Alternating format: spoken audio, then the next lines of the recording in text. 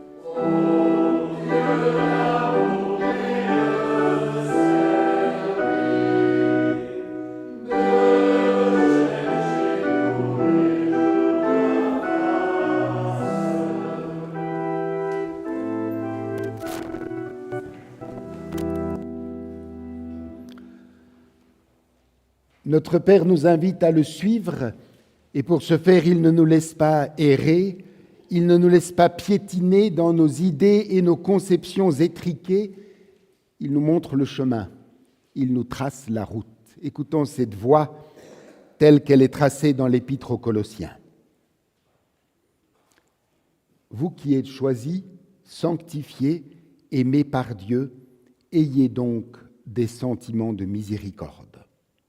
Revêtez-vous de bonté, de douceur, d'humilité, de patience. Supportez-vous les uns les autres, et si l'un a un grief contre l'autre, pardonnez-vous mutuellement. Comme le Seigneur vous a pardonné, faites de même vous aussi. Et par-dessus tout, revêtez-vous de l'amour qui est le lien de la perfection, et que règne dans vos cœurs la paix du Christ, à laquelle vous avez été appelés tous en un seul corps. Chers frères et sœurs, en pensant à la semaine écoulée et en mesurant nos paroles et nos actes à la norme parfaite de l'amour divin, nous sommes amenés à reconnaître nos failles, nos zones d'ombre. Recueillons-nous dans la prière pour confesser à Dieu nos manquements. Pardonne-nous, Seigneur. Nous faisons si souvent le mal que nous ne voudrions pas faire et nous ne faisons pas le bien que nous voudrions faire. Nous voulons trop te plaire et nous plaire à la fois. Pardonne-nous, relève-nous afin que nous apprenions chaque jour à mieux t'aimer et à aimer notre prochain. Accorde-nous de désirer et de recevoir pleinement ton pardon pour que nous obéissions, pour que notre obéissance soit plus entière et plus joyeuse. Au nom de Jésus-Christ. Amen.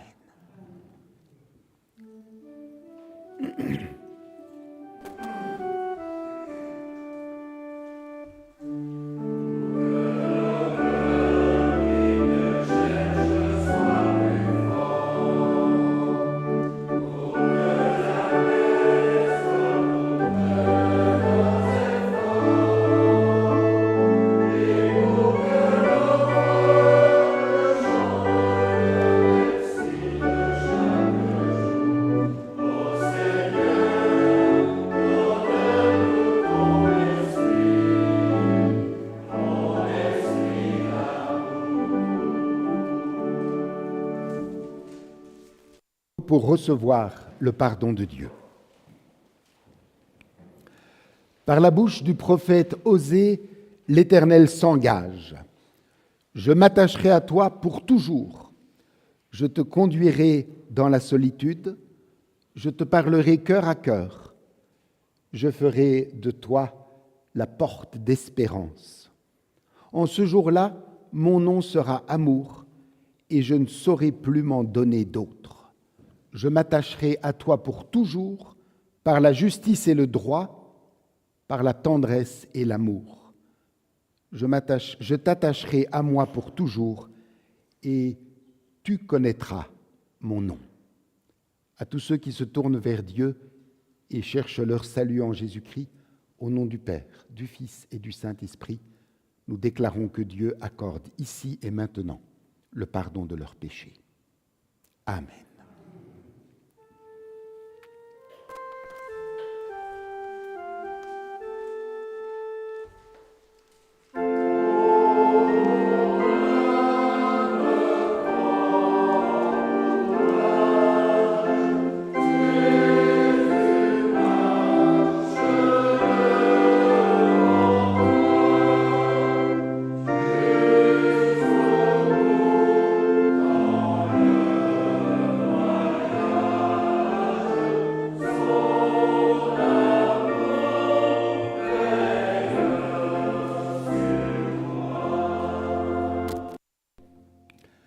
Après avoir reconnu nos faiblesses et reçu le pardon de Dieu, nous pouvons avec joie confesser la foi qui nous unit.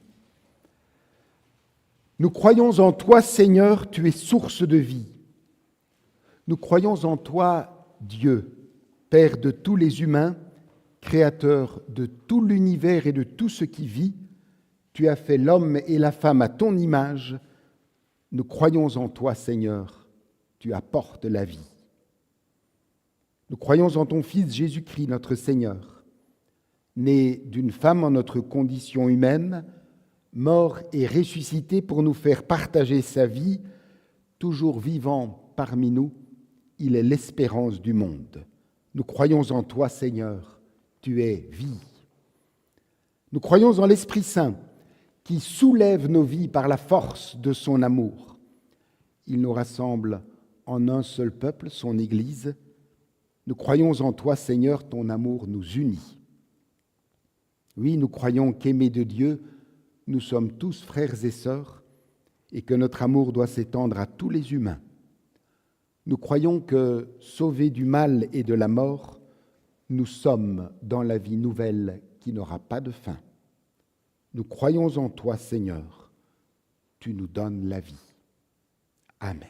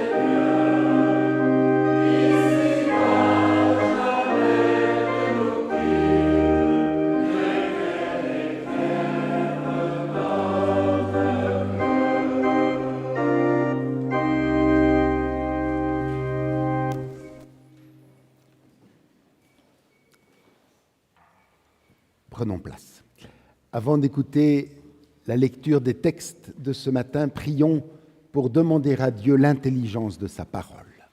Prions. Seigneur, nous la connaissons. Permets à présent, par la grâce de ton Esprit, que nous puissions l'entendre et la recevoir comme si c'était la première fois. Fais de nous des disciples toujours impatients d'entendre la voix de leur Maître. Amen. Notre première lecture se lit dans le premier livre des Rois au chapitre 19. Nous écouterons les 8 premiers versets. 1 Roi 19 à partir du verset 1er. Akab rapporta à Jézabel tout ce qu'avait fait Élie et comment il avait tué par l'épée tous les prophètes. Jézabel envoya un messager à Élie pour lui dire « Que les dieux me traitent dans toute leur rigueur si demain, à 7 heures, je ne fais de ta vie ce que tu as fait de la vie de chacun d'eux. » Élie, voyant cela, se leva et s'en alla pour sauver sa vie. Il arriva à Beersheba, qui appartient à Juda, et il laissa son serviteur. Pour lui, il alla dans le désert, où après une journée de marche, il s'assit sous un genêt et demanda la mort en disant « C'est assez. Maintenant, Éternel, prends mon âme, car je ne suis pas meilleur que mes pères. » Il se coucha et s'endormit sous un genêt. Et voici, un ange le toucha et lui dit « Lève-toi, mange. » Il regarda, et il y avait à son chevet un gâteau cuit sur des pierres chauffées et une cruche d'eau. Il mangea et but, puis se recoucha. L'ange de l'Éternel vint une seconde fois, le toucha et dit « Lève-toi, mange, car le chemin est trop long pour toi. » Il se leva, mangea et but, et avec la force que lui donna cette nourriture, il marcha 40 jours et 40 nuits jusqu'à la montagne de Dieu, à Horeb. Ensuite, dans l'Épître aux Romains, au chapitre 10, les versets 5 à 11. Romains 10, à partir du verset 5.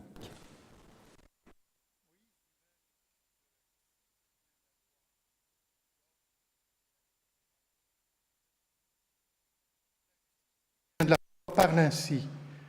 Ne dis pas dans ton cœur qui montera au ciel, ce serait en faire descendre Christ, ni qui descendra dans l'abîme, ce serait faire remonter Christ d'entre les morts.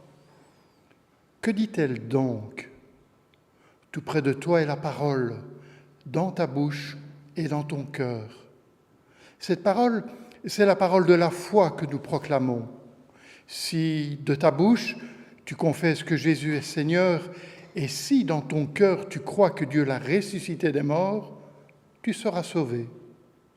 En effet, croire dans son cœur conduit à la justice, et confesser de sa bouche conduit au salut, car l'Écriture dit « Quiconque croit en lui ne sera pas confondu ». Et l'évangile de ce matin se lit dans l'évangile de Matthieu au chapitre 14. Nous écouterons les versets 13 à 21. Matthieu 14, à partir du verset 13. À cette nouvelle, Jésus partit de là dans une barque pour se retirer à l'écart dans un lieu désert. Et la foule l'ayant su, sortit des villes et le suivit à pied.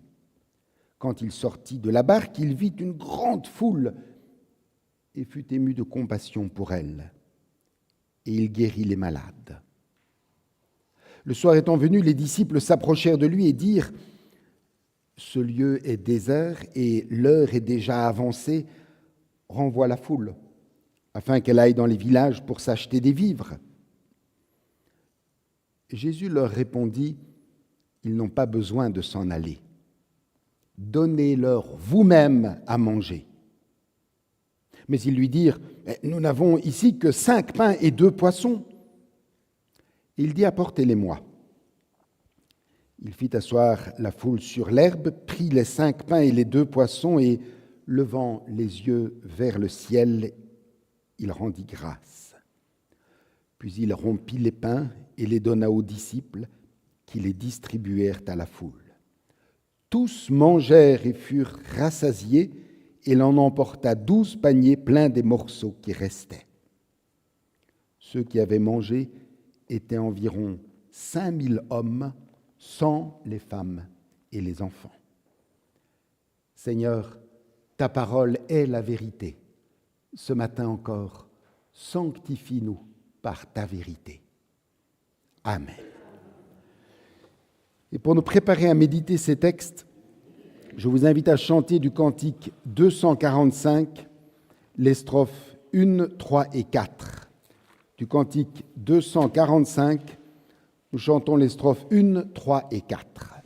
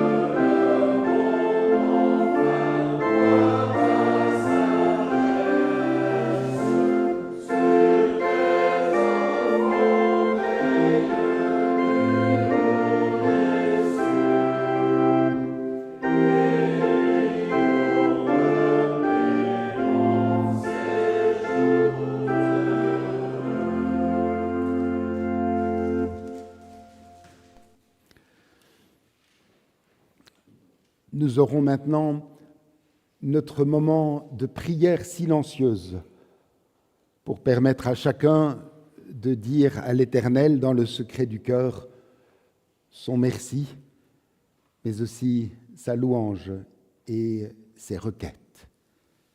Entrons dans ce dialogue intime avec Dieu dans le silence.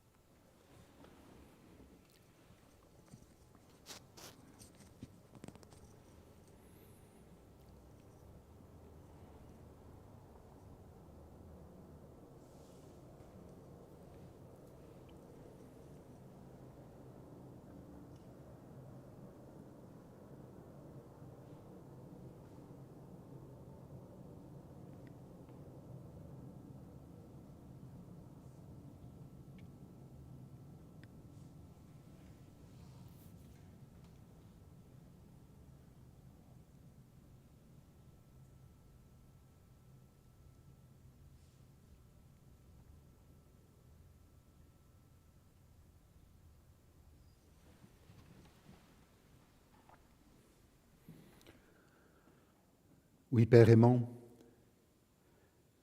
merci pour cette oasis que tu nous offres et qui nous permet de nous ressourcer à l'eau vive de ta parole. Merci pour cette halte bienfaisante à laquelle tu nous convies semaine après semaine pour nous donner l'occasion de nous arrêter dans le rythme ordinaire de nos vies pour prendre un moment avec toi et pour toi. Oui, Père, nous te disons notre reconnaissance parce que nous savons que tout ce que nous sommes et tout ce que nous avons nous vient de toi. Merci parce que nous savons que nous pouvons placer notre confiance en toi, étant assurés que jamais elle ne sera déçue. Merci, Père, pour ton soutien quotidien. Et lorsque nous avons l'impression qu'il est absent ou trop discret, aide-nous à ouvrir notre cœur afin que nous puissions recevoir de toi ce que tu veux nous donner. Père, dans la joie d'être réunis en ta présence ce matin, te demandons de faire sentir à tous ceux et celles qui vivent ce culte avec nous à partir de chez eux comme à nous-mêmes que c'est ensemble que nous te célébrons en ce dimanche matin. Et que nous te confions tous ceux et toutes celles des nôtres qui passent par l'épreuve, qui souffrent dans leur corps, dans leur cœur, dans leur âme. Père, toi mieux que quiconque, tu sais ce dont chacun a besoin maintenant. Veuille, nous t'en prions, étendre ta main et bénir. Te confions aussi ceux qui traversent la période du deuil, apporte consolation et paix.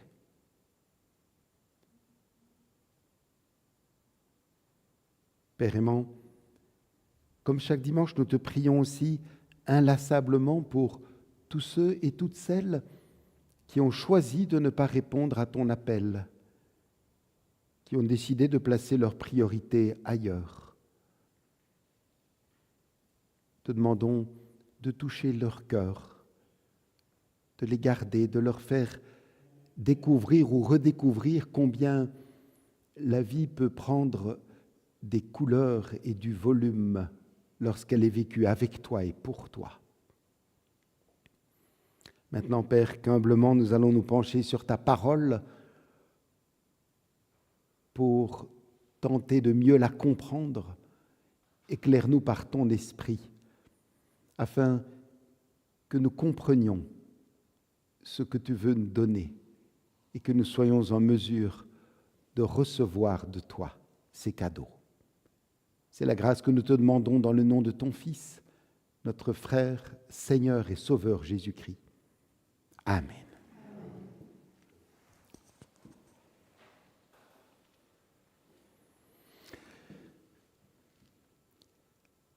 Lève-toi et mange, car le chemin est trop long pour toi. Chers frères et sœurs, Dieu adresse cette parole à Élie au moment où il n'a plus la force d'avancer. Mais cet appel rejoint aussi chacun et chacune de nous lorsqu'il nous arrive de découvrir que nos propres forces ne suffisent pas. Vous l'aurez probablement remarqué à la lecture, nos 3 textes de ce matin nous montrent ce que Dieu fait pour ceux qui sont à bout de souffle. Avec Élie, avec Paul, puis ce mouvement atteint toute sa clarté dans l'évangile de Jésus-Christ. 3 mouvements. Dieu relève, Dieu nourrit, Dieu envoie. Dieu relève, Dieu nourrit et Dieu envoie. Élie en a fait l'expérience. Tournons-nous d'abord vers ce texte du premier livre des rois. Jézabel était l'épouse du roi Achab, qui avait entraîné Israël dans le culte des faux dieux. Les versets qui précèdent notre passage nous apprennent pourquoi Jézabel poursuit avec une telle rage Élie. Sur le mont Carmel, le Seigneur avait manifesté sa toute-puissance face aux prophètes de Baal et furieuse, Jézabel jure de faire mourir Élie. Le prophète prend peur, on le comprend, il fuit dans le désert, laissant même son serviteur derrière lui. Élie, qui quelques heures auparavant tenait tête à tout un peuple, se retrouve maintenant seul, épuisé, sans force. C'est là que nous découvrons quelque chose de profondément réconfortant. La Bible ne présente jamais ses grands témoins comme des héros invincibles. C'est vrai, quand on y pense, David, le grand David, tombe gravement, Pierre renie son Seigneur, et ici, Élie s'effondre. Il s'effondre sous un genet, il ne demande même plus à Dieu de le délivrer, il demande à mourir. C'en est assez, maintenant Éternel, prends ma vie, car je ne suis pas meilleur que mes pères. Toute confiance en ses propres capacités s'est écroulée. N'est-ce pas souvent ce qui nous arrive aussi?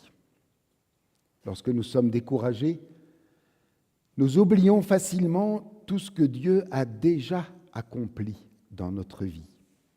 Nous ne voyons plus que nos échecs, nos inquiétudes ou nos limites. Ce qui nous semblait solide la veille paraît soudain s'effondrer. Et c'est précisément là que Dieu intervient.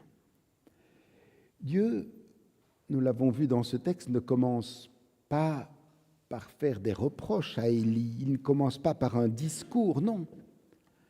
Avec une infinie douceur, il s'approche d'Élie, le touche et lui donne du pain et de l'eau.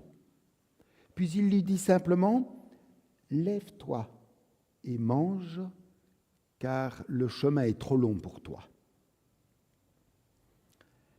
Et de fait, Élie mange, et puis il se rendort. Son découragement est si profond qu'un seul geste ne suffit pas. Alors, tout simplement, Dieu revient une seconde fois. Avec une patience admirable, il nourrit encore son serviteur. C'est vraiment quelque chose de très beau. Avant de lui demander quoi que ce soit, Dieu lui apporte d'abord ce dont il a besoin. Le Seigneur ne méprise pas notre faiblesse. Il ne se lasse pas de relever ceux qui tombent. Le verset suivant nous dit, « Il se leva, mangea et but, puis, avec la force que lui donna cette nourriture, il marcha 40 jours et 40 nuits jusqu'à l'Horeb, la montagne de Dieu. » Remarquons bien le mouvement. Dieu ne nourrit pas Élie pour qu'il s'installe dans le désert. Dieu le nourrit afin qu'il reprenne la route. Le pain reçu lui donne la force de poursuivre le chemin que Dieu lui confie. Voilà une leçon que nous avons, nous aussi, à recevoir. Lorsque Dieu nous relève, ce n'est jamais pour que nous revenions simplement à notre vie d'avant. Il nous relève afin que nous continuions à marcher avec lui dans la confiance et dans le service. Chers frères et sœurs, qui de nous ne s'est jamais reconnu dans Élie? Il nous arrive à un moment ou à un autre d'être nous aussi au bout de nos forces. Nous connaissons des périodes où nous avons l'impression de ne plus avancer, où les soucis prennent toute la place. Dans ces moments-là, se pose alors une question, où trouver la force de repartir? Le récit d'Élie nous apprend déjà une première chose, nous ne nous relevons pas nous-mêmes. Nous ne nous relevons pas nous-mêmes. C'est Dieu qui prend l'initiative. C'est lui qui s'approche, qui touche, qui nourrit, qui relève, qui remet en marche. Mais cette nourriture que reçoit Élie annonçait en réalité une plus grande encore, plus grande réalité encore. Le pain qui a soutenu Élie n'était qu'un signe. Il annonçait une nourriture plus profonde encore, celle que Dieu offre en son Fils. Ce n'est pas simplement notre corps qui reçoit des forces nouvelles, mais notre vie entière qui est réconciliée avec Dieu. C'est ce que l'apôtre Paul nous révèle dans l'Épître aux Romains. L'être humain cherche souvent à construire une valeur par ses propres efforts. Nous aimerions être assez forts, assez courageux, assez fidèles pour tenir debout devant Dieu. Pourtant, tôt ou tard, nous faisons tous la même expérience qu'Élie. Nos propres ressources sont limitées. Paul nous conduit alors au cœur de l'Évangile. Nous ne sommes pas sauvés, nous dit-il, parce que nous avons réussi notre vie chrétienne. Nous sommes sauvés parce que Jésus-Christ est mort et ressuscité pour nous. C'est pour cela qu'il peut écrire, si tu reconnais de ta bouche que Jésus est le Seigneur, et si tu crois dans ton cœur que Dieu l'a ressuscité d'entre les morts, tu seras sauvé. Autrement dit, notre espérance ne repose pas sur ce que nous sommes capables de faire pour Dieu, mais sur ce que Dieu a déjà fait pour nous en Jésus-Christ. Voilà pourquoi le chrétien peut se relever après un échec. Pas parce qu'il serait plus fort qu'un autre, mais parce que sa confiance repose sur le Christ. C'est dans la communion avec lui que nous recevons la force de poursuivre notre route. Et cette communion avec notre Seigneur grandit lorsque nous écoutons sa parole, lorsque nous lui parlons dans la prière, lorsque nous partageons la vie de son Église, lorsque nous recevons de lui ce qu'il veut nous donner. Ainsi, le mouvement commencé avec Élie devient celui de tout croyant. Dieu relève pour que nous puissions continuer à marcher avec lui. Chers frères et sœurs, c'est aussi ce mouvement que nous retrouvons dans l'Évangile de ce matin. Après avoir enseigné les foules et guéri les malades, Jésus voit venir le soir. Les disciples remarquent alors une réalité très concrète. Tous ces gens qui écoutent ont faim. Ils le remarquent et ils proposent à Jésus une solution pleine de bon sens. Renvoie la foule afin qu'elle aille acheter de quoi manger. Mais Jésus leur répond d'une manière inattendue. Donnez-leur vous-même à manger. Là, les disciples sont désemparés. Ils n'ont que 5 pains, 2 poissons. C'est vraiment dérisoire devant une telle foule, 5000 hommes, plus les femmes et les enfants. C'est dérisoire, 5 pains et 2 poissons. Mais Jésus ne leur demande pas de produire ce qu'ils n'ont pas. Jésus leur demande simplement de lui remettre le peu qu'ils possèdent. Et c'est vrai que tant que les pains restent entre leurs mains, rien ne se passe. Lorsqu'enfin ils remettent à Jésus ces pains et ces poissons, tout change. Alors Jésus prend les pains, lève les yeux vers le Père, prononce la bénédiction, rompt les pains et les donne aux disciples qui les distribuent à la foule. À nouveau, remarquons bien l'ordre des choses. Les disciples ne commencent pas par nourrir les autres, ils reçoivent d'abord des mains de Jésus, puis ils deviennent les instruments par lesquels cette nourriture parvient à la foule. Voilà le même mouvement que depuis le début de notre méditation. Élie reçoit avant de repartir, le croyant reçoit le Christ dans la foi pour partir. Dieu donne toujours d'abord et ensuite seulement il envoie. Chers frères et sœurs, cette scène parle aussi de notre vocation. Nous aussi, nous rencontrons des personnes fatiguées, découragées, parfois blessées par la vie. Nous aimerions les aider, Mais reconnaissons que nous avons souvent l'impression de n'avoir que 5 pains et 2 poissons. Nous disons que nos paroles sont trop pauvres, notre foi trop fragile, nos moyens sont limités. Et en disant cela, nous avons raison. Nous avons raison si nous comptons uniquement sur nous-mêmes. Mais Jésus nous invite à ne pas partir de nos ressources. Lorsque nous acceptons de lui remettre ce que nous sommes et ce que nous avons, aussi modeste que cela puisse paraître, il est capable de s'en servir bien au-delà de ce que nous imaginons. Notre rôle est simplement de recevoir du Christ et de transmettre fidèlement ce qu'il nous confie.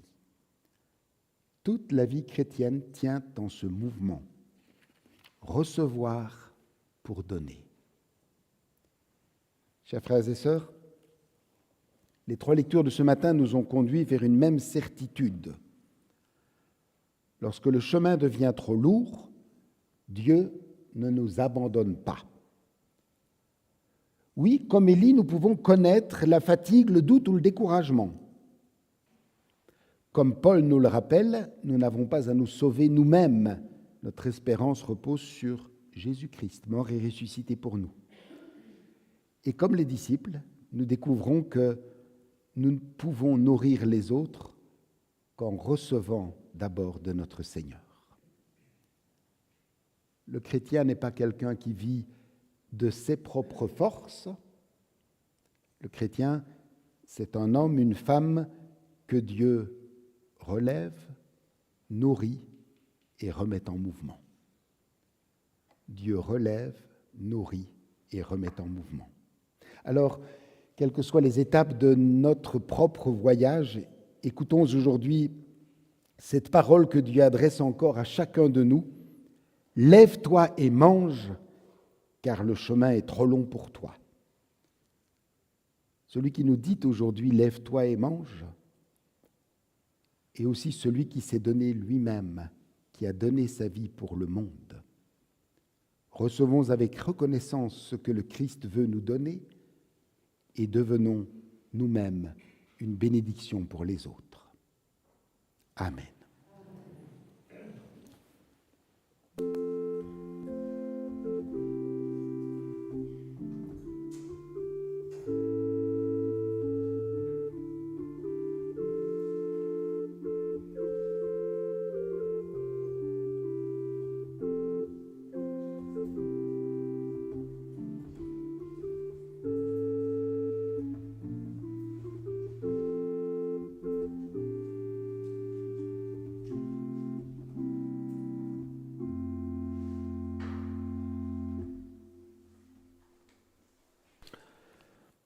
Pour ce qui est des annonces, mardi à 17h, nous aurons une brève réunion du groupe MEPE, la mise en place des événements, pour vérifier les derniers éléments pour le tournoi de pétanque du 29 août. Donc ça, c'est mardi à 17h. Mercredi à 19h, réunion de la Croix-Bleue. Et dimanche prochain, à 10h, notre culte. Au moment d'offrir nos dons pour le service de l'Église, souvenons-nous de cette parole de l'apôtre « Quand je distribuerai tous mes biens pour la nourriture des pauvres, si je n'ai pas l'amour, cela ne me sert de rien. » Et pendant que notre offrande est recueillie, nous chanterons du cantique 247, les strophes 1, 2 et 3. Du cantique 247, nous chantons les 3 strophes.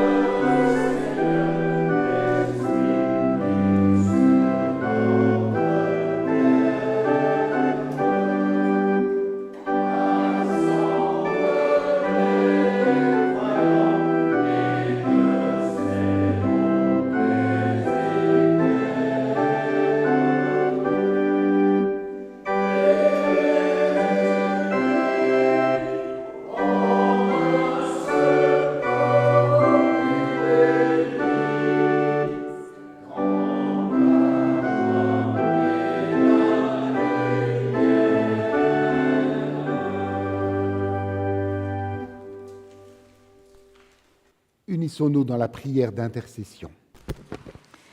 Seigneur notre Dieu, pour ceux qui sont nouvellement entrés dans la communauté des chrétiens, que l'Esprit Saint porte des fruits dans leur vie.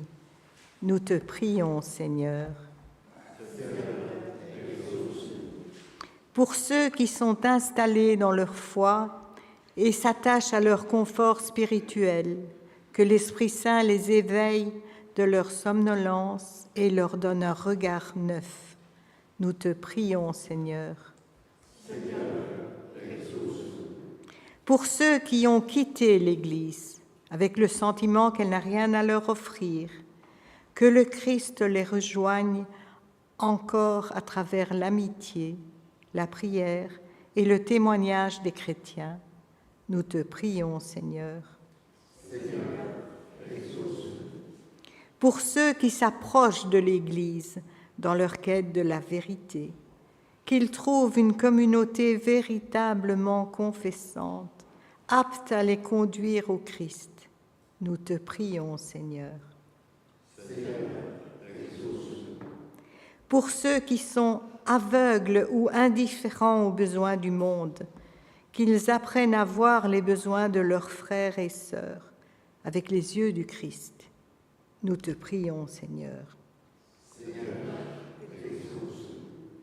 Pour tous ceux qui confessent le Christ comme Sauveur et Seigneur, que leurs paroles rendent véritablement compte de leurs actes, que leurs actes manifestent pleinement l'amour qui est en eux, et que cet amour soit le reflet fidèle de leur Seigneur. Au nom de ton Fils, nous t'en prions. Amen. Je vous invite à vous lever, élevons nos cœurs vers le Seigneur. Vraiment, Seigneur, tu nous rends l'espoir. Ta présence et ton amour nous font vivre. Tu prends à cœur notre cause. Tu nous rejoins dans nos souffrances comme dans nos joies. Aujourd'hui même, beaucoup d'êtres humains vivent dans la détresse et dans la honte, mais tu es là. Tu es le Dieu qui sauve. Avec le Christ, tu nous remets debout, tu nous rends l'espoir et tu nous unis à celles et ceux qui marchent vers le royaume que tu promets. Avec eux, d'un seul cœur, nous te chantons « Saint, Saint, Sainte est le Seigneur ».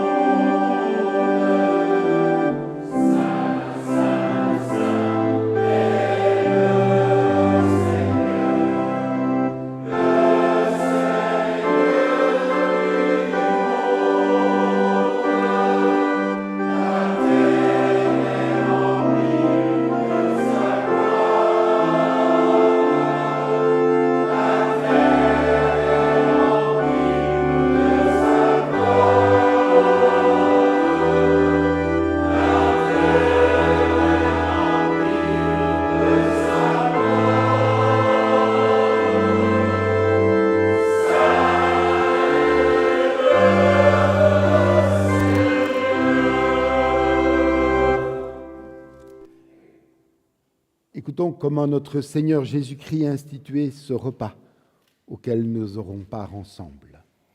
Dans la nuit où il fut livré, Jésus prit du pain et après avoir rendu grâce, il le rompit, le donna à ses disciples en disant « Ceci est mon corps, prenez et mangez. »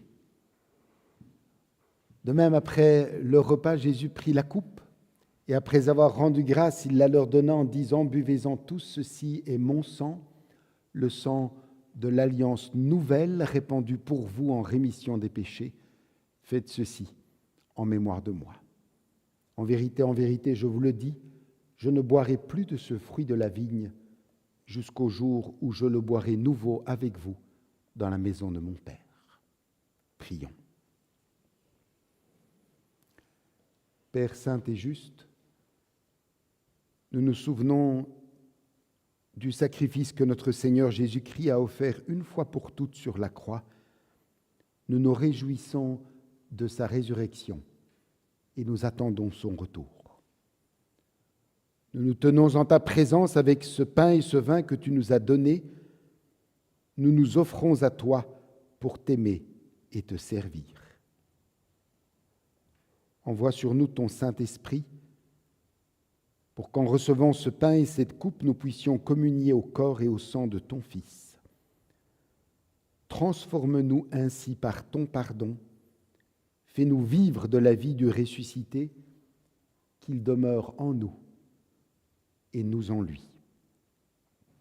Toute gloire te soit rendue au Père par Jésus-Christ dans la communion du Saint-Esprit pour les siècles des siècles. Amen.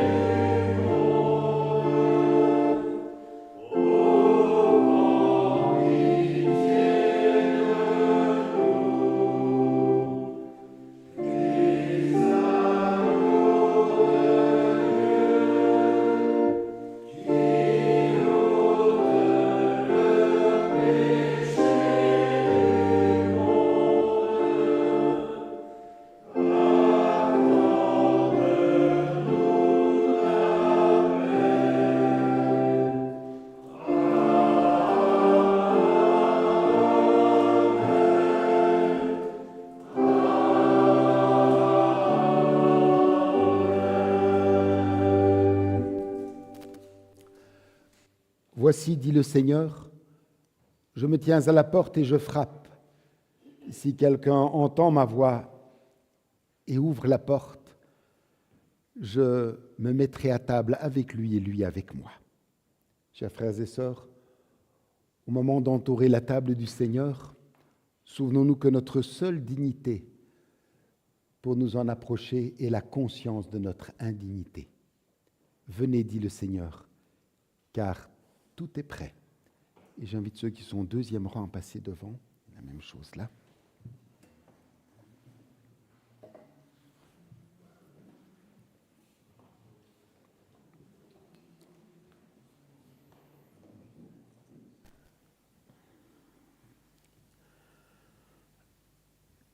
Le pain que nous rompons est la communion au corps de notre Seigneur Jésus-Christ qui a été donné pour nous. Ceci est mon corps. Ceci est mon corps.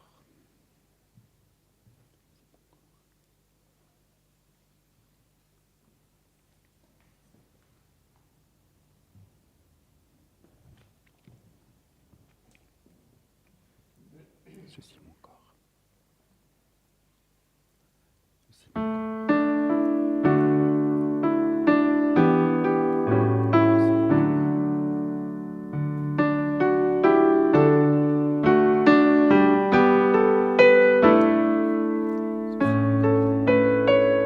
Ceci est mon corps.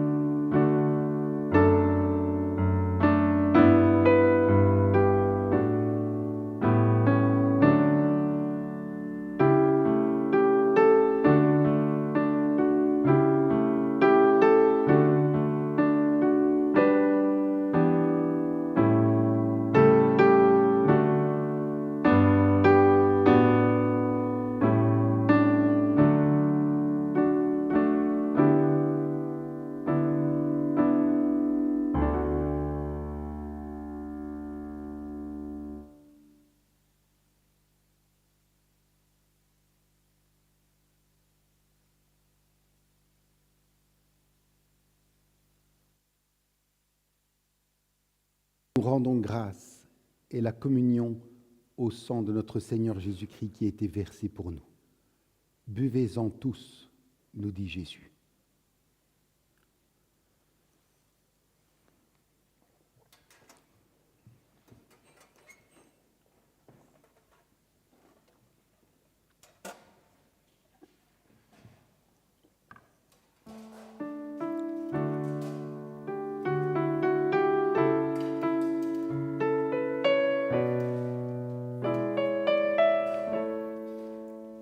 Oui, c'est en Dieu que mon âme se confie, de lui vient mon salut. Oui, c'est lui qui est mon rocher et mon salut, ma haute retraite, je ne chancellerai guère. Oui, mon âme, confie-toi en Dieu, car de lui vient mon espérance. Oui, c'est lui qui est mon rocher et mon salut, ma haute retraite, je ne chancellerai pas. Sur Dieu repose mon salut et ma gloire. Le rocher de ma force, mon refuge sont en Dieu. En tout temps, peuple, confiez-vous en lui. Répandez vos cœurs en sa présence. Dieu est notre refuge. Dieu a parlé une fois, 2 fois j'ai entendu ceci, c'est que la force est à Dieu. À toi aussi, Seigneur, la bonté, car tu rends à chacun selon ses œuvres.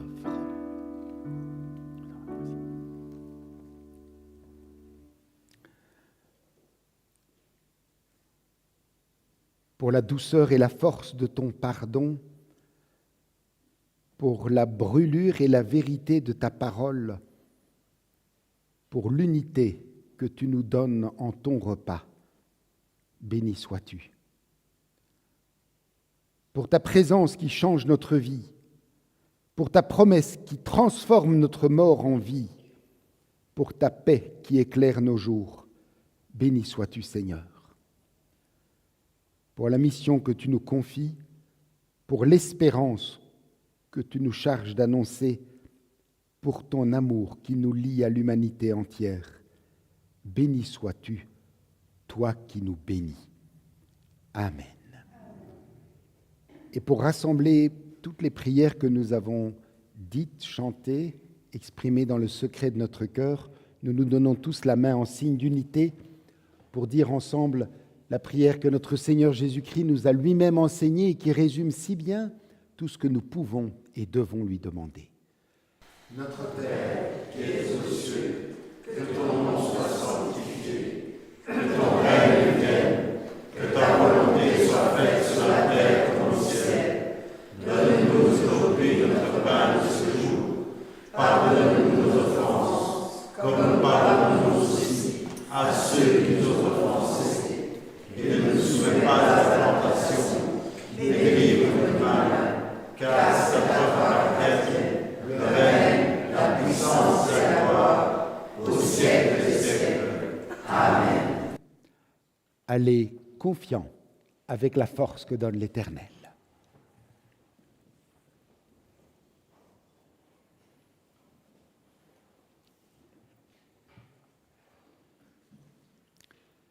Écoutons l'exhortation et recevons la bénédiction de la part de notre Dieu. Chers frères et sœurs, nous l'avons revu ce matin dans nos riches lectures, ce triple mouvement, Dieu relève, Dieu nourrit, Dieu met en route, remet en route. Alors, quelles que soient les étapes de notre propre voyage, recevons chacun et chacune cette parole de Dieu, lève-toi et mange, car le chemin est trop long pour toi. Que l'Éternel renouvelle votre intelligence, qu'il vous donne un regard clairvoyant, un cœur généreux, une fidélité éprouvée. Que l'Éternel vous bénisse et vous garde dans la communion du Père, du Fils et du Saint-Esprit. Amen.